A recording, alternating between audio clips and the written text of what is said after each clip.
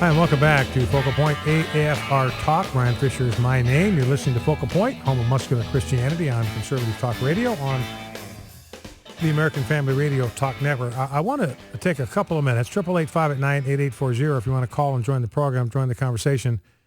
Excerpts from a piece by Angelo Codavia that appeared on libertylawsite.org today. Very insightful guy. I try to read whatever he writes, and he has a very significant piece today. He's talking about the larger significance of the fact that we have a president that is lying to us and a party that is covering for him. He says that is a lethal combination to a democratic form of government, to a representative form of government. It undermines it, it erodes it, and if it's not stopped, it will destroy it. Here's what he says. Democracy has no cure for a corrupt demos, D-E-M-O-S. That's the Greek word for people. So democracy is from two words in Greek, demos, which means people, and krateo, which means power or might. It's power to the people. Power, ultimate spiritual authority, belongs to the people. Now, Codavia's point is if you have a corrupt people, democracy has no cure for that because the people are the government. So if they're corrupt, who is going to correct them? Because they are it. That's his point. Democracy has no cure for a corrupt demos. Politicians' misdeeds taint them alone so long as their supporters do not embrace them. But when substantial constituencies continue to support their leaders, despite their having broken faith, they turn democracy's process of mutual persuasion into partisan war. Consider in 1974, President Richard Nixon lied publicly and officially to cover up his subordinates' misdeeds. His own party forced him to resign. Then he says, fast forward to 1998, 24 years later, President Bill Clinton lied under oath in an unsuccessful attempt to cover up his own, but his party rallied around him and accused his accusers. Remember the vast right-wing conspiracy builds that came out of Hillary's mouth? In 2013, President Barack Obama lied publicly and officially to secure passage of his most signature legislation, but when lies became undeniable, his party joined him in maintaining that they had not been lies at all. So New York Times is out there saying he just misspoke. They had another euphemism for it today. It was an incorrect promise. That's what the New York Times said today. These weren't lies. They were just incorrect promises. Well, that's a lie in my book. But again, they're covering for him and they're joining with him and trying to paper this over.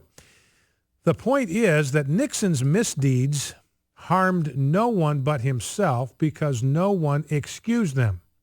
But Clinton's and Obama's misdeeds contributed to the corruption of American democracy because a substantial part of the American people chose to be partners in them.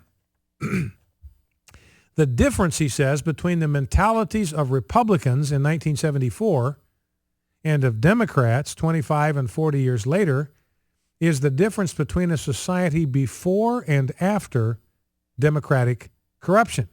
Back then, 1974, the beneficiaries of power were willing enough to subordinate their interest to the greater good of maintaining the bounds of democratic partisanship.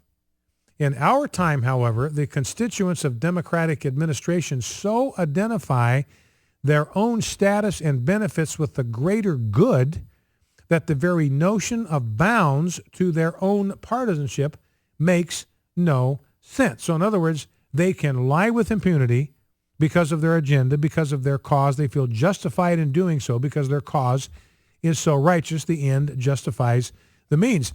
And one of the places that you see this is down in Annapolis, Maryland. I don't know if you saw this story, where the first the first Republican was elected mayor. They elected a Republican mayor, first time since, 1977 or something like that. It's been a long time. I don't remember the exact time, but I'm pretty sure it's been decades since they've had a Republican mayor in Annapolis. So there are 7 Democrats on the city council. Now there is a Republican mayor. The Democrats, and they've had a mayor, listen to this, they've had a mayor there in Annapolis for 300 years. They've always had a mayoral form of government where the mayor is the chief executive officer, the chief elected official in Annapolis. Now the Democrats are going to change all that because they lost the election. Now they're going to change the form of government and take away all of the power from the mayor. And now the mayor will be answering to the city council instead of running the city. That's what they do. They're poor losers. And when their willingness to bend the law and the rule knows no bounds if it serves their own agenda. You know, and people are saying, well, Obama, we ought to cut him a break on this deal because he was elected twice. Well, so was Richard Nixon. That's Cotavia's point. So the Republicans could have argued in 1974, look, the guy's been elected twice. The second time was by the largest margin in U.S. history, so let's cut the guy a break. This is the people's choice.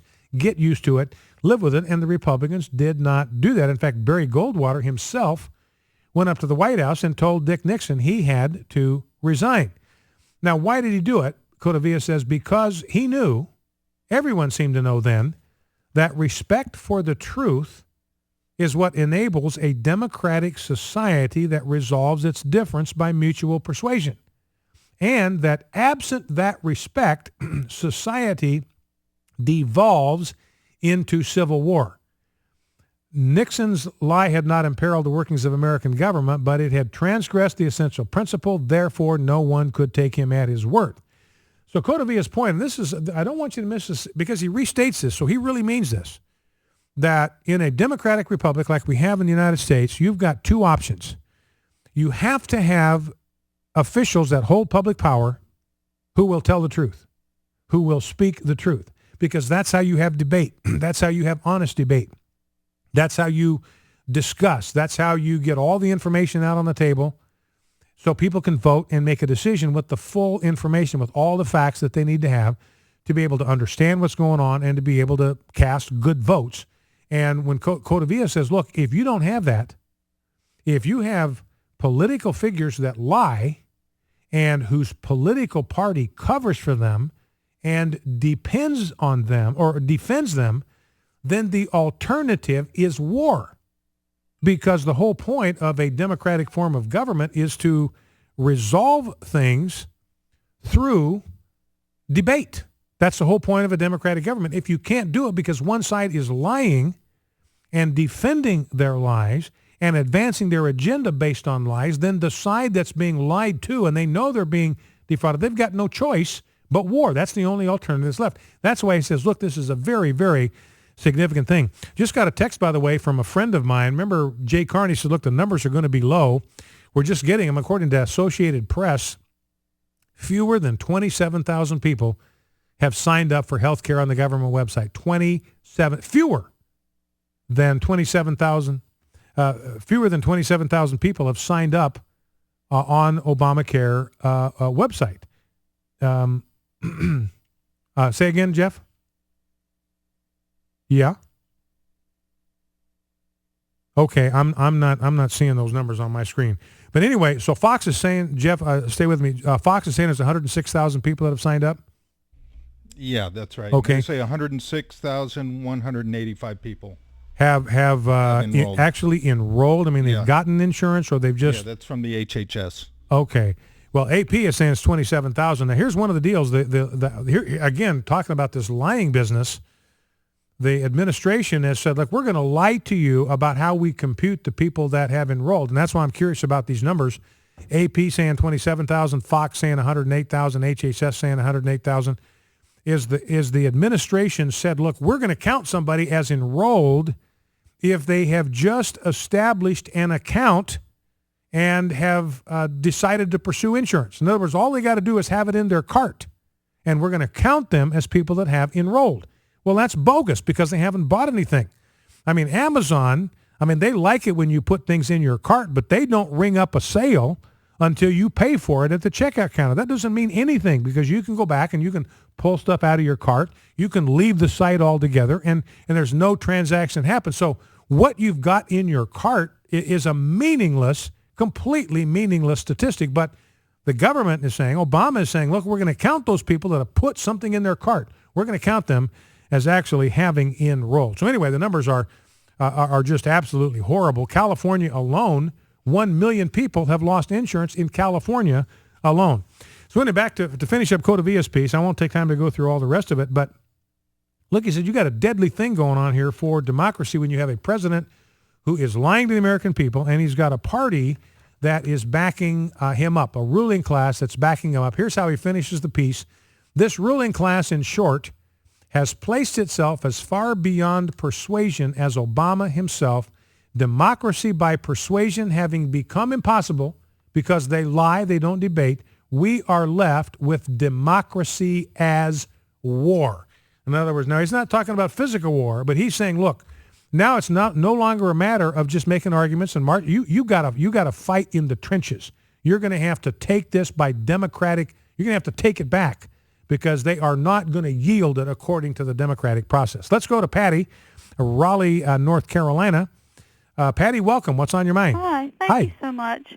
I've been reading a book entitled The True Story of the Bilderberg Group, and I was struck by the number of people in this administration who are part of this group. Mm-hmm. Kathleen Sebelius, Susan Rice, the UN ambassador, Rahm Emanuel, Eric Holder, Janet Napolitano, Thomas Pickering, who was involved in the committee investigating Benghazi, Chuck Hagel, Alan Greenspan, Timothy Geithner, Christopher Dodd, Bill and Hillary Clinton, and Henry Kissinger, who has been quoted as saying that Obama is ripe to bring in the New World Government. Mm-hmm. Could you comment on this? I've been reading the book about the Bilderberg Group and the Illuminati. They get together and plan the future for the Earth, I guess. All right, Patty, listen, I appreciate your call. And I've talked to people about the Bilderbergers and the Illuminati for years and years and years. And I think the reality is I don't need to see some kind of massive conspiracy there. I mean, I believe that these are the masters of the universe in their own mind. I believe that they do get together and strategize about how they can advance their own interests. I don't believe they have a larger political agenda other than taking advantage of what's going on politically to line their own pockets. That's the conspiracy that I see, and you're going to have important, enriched people in it. Back in 2.